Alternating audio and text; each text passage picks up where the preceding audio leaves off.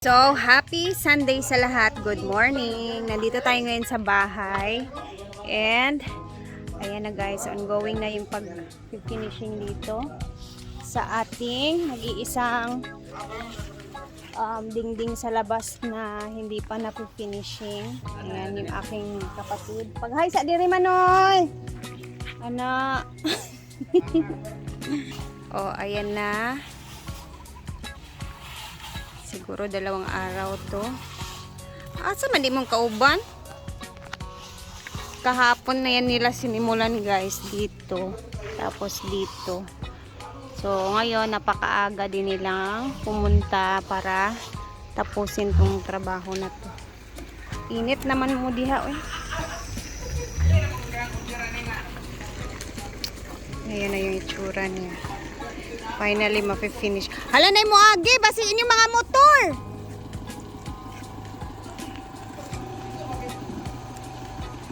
Sa loob naman is nag-uusap-usap sila doon guys kasi secret na muna. Padaplin sana inyong kuan, napay kuan oh, dulog ni pring-pring. Okay. Kahiya naman sa dumadaan. Finally, matatabunan niya yung mga chismes dito.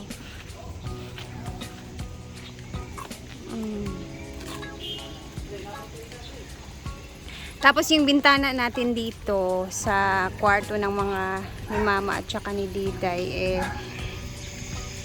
medyo lalakihan natin siya. Kukunan pa natin ng isang hollow blocks yan. Para palalagyan natin yan ng bintana na 2. Yung ipupush and pull lang na bintana ba. Ganon yung style na ilalagay natin. And kanina pumunta na dito yung mag-ano ng bintana, mga sliding window. Dito na sila kanina and kinuha na yung exact talaga na size. Yung ginawa kasi namin ni Mark nung una, parang ano lang muna siya, para may idea siya kung magkano, ganun ba. Kaya sinend namin yun ni Mark sa kanya para tanong muna kung magkano yung ganun na mga sizes na bintana. So kanina, na-fix na namin. Alam na din namin kung magkano. And syempre, thank you kay Ma'am Chona kasi siya ang bintana dito sa ating bahay na pinapagawa. So excited. Thank you kaayo Ma'am Chon. Salamat kaayo ani Ma'am Chon. Yan yung magiging remembrance ko kay Ma'am Chona dito sa bahay, yung mga bintana. Tapos ano pa ba? Meron silang ginagawa dito sa loob guys kasi nagpapididos ako sa ceiling kung magkano. And then sa tiles para malaman natin kung ilang tiles yung kakailanganin natin sa sahig. And then ayun, para at least, gusto ko lang kasi mayroon akong idea kung magkano yung magagastos, tapos magkano magagastos and iipunin natin siya ganon. At least kahit paano meron tayong idea ba. Tapos ano natin siya, yung ginagawa kasi namin ni Mark is iniipon talaga muna namin bago namin siya. Kaya papapididos naman namin yan since wala na yung ano natin dito, yung unang pinapagawa natin na hindi tayo binalikan dahil ewan ko kung ano nangyari. So ay nagkuha kami ng mga tao dito and huwag kayong mag-alala kasi sinusure naman namin ni Mark yan na okay yung trabaho and hindi magaya nung una. Ganon. O, diba? Tandaran! Tapos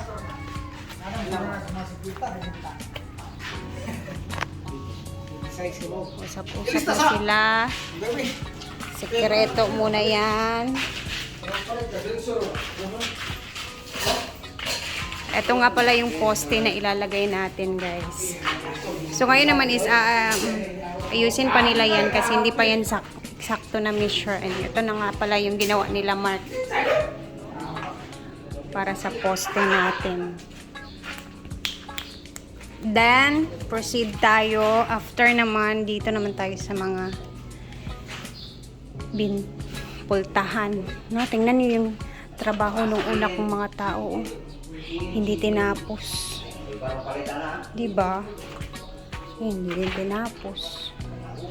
Dito naman sa CR guys, magpapalagay tayo dito ng yung bang lagayan ng sabon na parang magbubutas tayo dito or basta maglalagay tayo ng parang basta ang tawag niyan ayan, pedidos na sila sa ceiling. And yung doon na banda is aayusin pa yan siya dyan guys kasi meron pa tayong ilalagay dyan para masarado yan.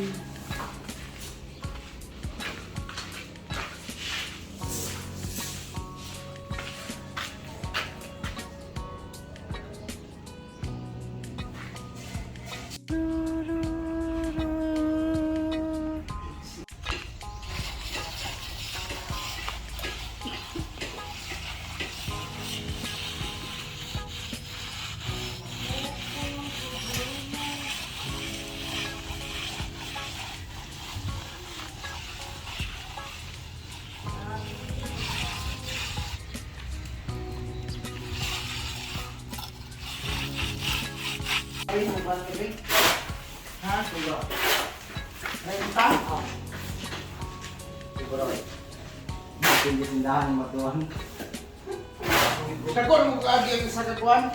Ang isa ba daw ka karton dito? Ang agi sa karton kay kuan.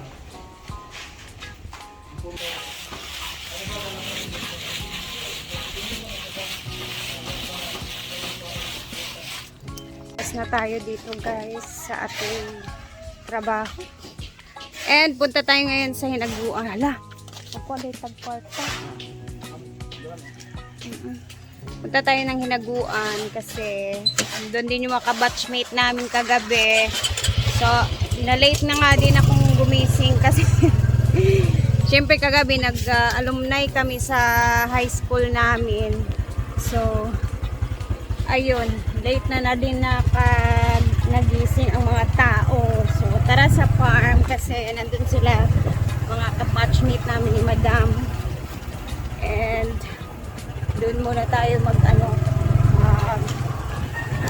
marites sa mga kaklase namin sa high school. Guys, nandito na tayo sa farm. And, tara. Oh, tara.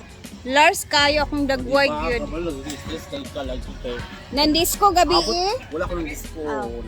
Grabe ka, disco ang ginawa Yes, grabe atong batch. And si Gwen, dumating siya kagabi guys. Bigla siyang dumating doon at naka-join siya sa aming Nakabasa man ko sa live. alumni. So nag-enjoy sila. Ako bandang 11 to 12. Wala na, umuwi na ako sa bahay kasi hindi ko na talaga kaya yung mga lasyengan.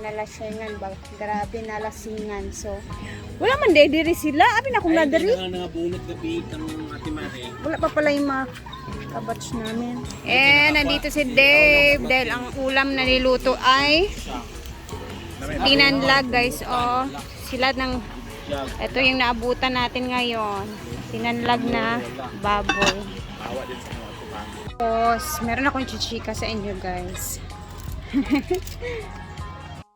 So, ang mangyayari dito sa canteen area, since hindi naman daw ginagamit,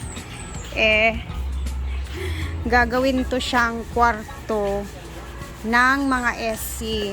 Tingnan nyo guys, dito lahat ng mga Red Horse ng mga kinompra. Ayan, so since hindi na talaga siya nagagamit at hindi pa naaayos yun doon, hindi pa din pinapatrabaho, bukas maybe kasi ipapatrabaho na to ni Brenda. So dito na ang magiging kwarto ng mga ibang SC na dito lagi natutulog, like Bating, Ma'am Shiji, J. Ford, ganon, or yung mga ibang taga Maynila na pupunta. So gagawin siyang kwarto. So papandayin daw to or tatrabahuin na din to siya. So yan yung ating aabangan na naman next sa canteen na ano. And yung doon kasi sa kabila guys, hindi pa namin alam kung ipapatuloy ba ni Madam yun doon. Kasi meron siyang mga kailangan unahin muna or gagawin ba. Basta malalaman din naman yan. Sa ngayon, kasi dito na muna talaga ang magiging kwarto nila. So, magpapapanday na naman si Madam dito. Aayusin naman tong canteen area. So, Black pepper ito mo Palawan. So, kailangan natin lalong. ay, Black pepper. Ano, asin kayo nagkuha na bukat tuyo. Kunya, ipalay siya ng asin. Isa rin konti. Sunday, March 23. It's my birth month. Birthday ko na po sa Yeah. March 4. So, ganito na ko ang itsura ko. Grabe nakapangit from El Nido, Palawan. But I'm embracing my flaws because wala na talagang chance na gumanda to. Pero abangan nyo ang pasabog. Malapit na yan ang aking ang pagbabalik na kulay Okay, Ramon. pink. Ayan. But now, we are preparing our lunch for today and may nag-aantay para sa TikTok. So, ito na nga. Blanday, wala tatad di mo pa. murag wala man Ayan, bitaw wala pag nang ito. ginagawa. Asa na tinilaw, ginoo ko. Ayan, mag-ano kami ngayon guys, mag-arrange kami ngayon. Ang ulam namin ngayon ay tinilag, pinapakuluan na ngayong ating karne ng bonggang-bongga, talaga ng repolyo. So, ito na nga, naglinis si Britney, siya po ay vlogger na po. Please subscribe sa kanyang YouTube channel. Yes, Britney Scares. Meron na siya. I have 1,160. Yay! $16. 16? Why scares? I have 16. $16 na siya, yes! What do you mean by scares? Do you scared to other? Yeah, para ma-scared sila, para ma-subscribe sila. Ay, Guys. sama, mura daw kang si Kakay. Kakay. Hala! I-subscribe niyo na po si Britney sa kanyang YouTube. Si Rhea Pilingera ang pinakamalaking sahod sa YouTube, guys. Yay! Deserve. $4,000 siya. Ha? $4,000. $4,000 Over, dili. Maulap ganun siya. Tungo na ng $4,000. Next is si Gwen. Nga, Nasa $800. Sa'yo kay giwagan tungod sa Big 4. Na nagpautog po si Inday kanina. Kasi no, pinaka-bet mong pinakamalaki. Tinatagtad niya dyan. Actually, ang bet ko talaga si Ron Angeles. Pero ang Pero ang pinakamalaki si... Guys, tapos ito yung itsura natin. Mamaya tayo mag-upload ulit and then tingnan natin yung mga kabatch-batch namin pagdating nila mamaya kung ano yung mga pang mamarites namin na gagawin. And happy Sunday sa inyong lahat. Mag-ingat po tayong lahat. And salamat sa laging panonood ng videos natin. God bless everyone. And ayan, ingat-ingat po lagi. Bye! Mamaya mag-upload tayo ulit.